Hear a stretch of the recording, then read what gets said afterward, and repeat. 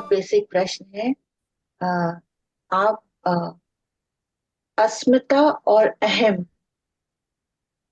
में क्या फाइन अंतर है?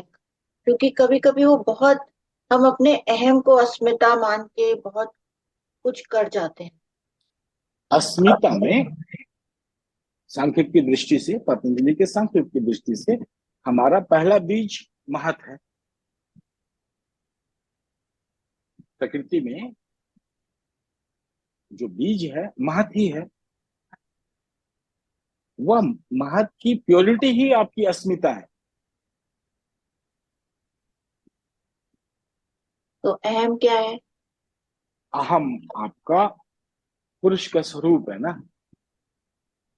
प्योरिटी में। तो जब हम कहते हैं अहम ब्रह्मास्मि। हाँ, वो पूर्ण समाधि अहम, जब हाँ।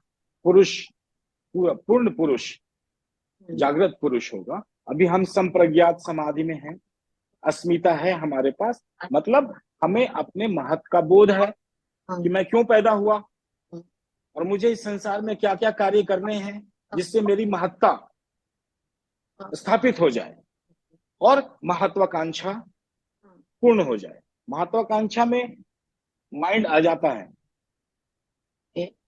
मन आ जाता है, डिजायर्स होते हैं। हाँ, लेकिन महत्व डिजायरलेस है, क्योंकि वह आपकी नियति है।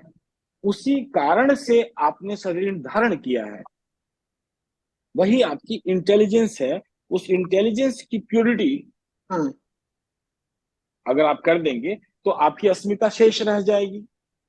संसार में फंक्शन करेंगे हाँ, तो आपको अस्मिता चाहिए कि नहीं चाहिए? हाँ, संसार में फंक्शन करने के लिए आप अस्मिता से कर लें, आप अहंकार से कर लें। अहम से फंक्शन करना बहुत मुश्किल है। वो कोई अवतारी पुरुष ही कर पाता। श्री कृष्ण कर पाते, हमारे बस की बात नहीं होती। जो आरोहण कर रहे हैं, या तो अवतार लेके ही आ रहा है तो वो अहम से ही फंक्शन कर लेगा। हाँ, अगर हम साधक करके ऊपर जा रहे हैं, प्योरिफाई कर रहे हैं अपने आप को, जीव से शिव की तरफ जा रहे हैं, कैवल्य की तरफ, हाँ, तो हम तो प्यूरिफिकेशन प्रोसेस से जा रहे हैं। राइट।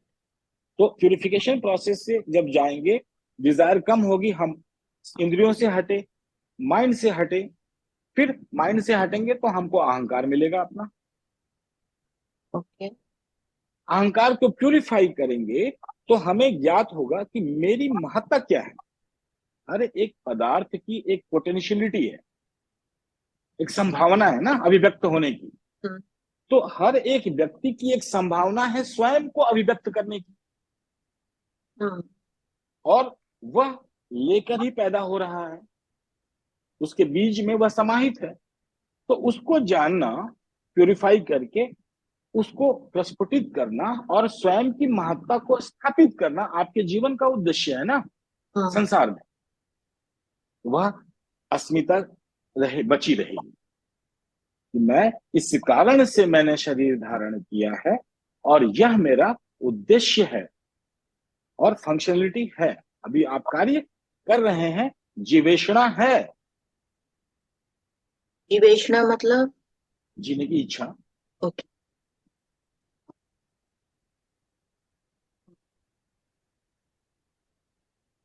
आपके अंदर जीने की इच्छा है, लेकिन वह इच्छा बिन मतलब की नहीं है ना, कि कोई भी चीज देख रहे हैं और हर चीज से एक इच्छा पैदा हो रही है और आप डिस्टर्ब हैं।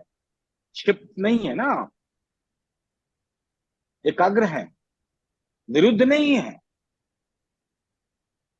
लेकिन चेतना एकाग्र हो गई ना, निरुद्ध कैवल्य है। लेकिन अभी तो आपको एकाग्रता की जरूरत है।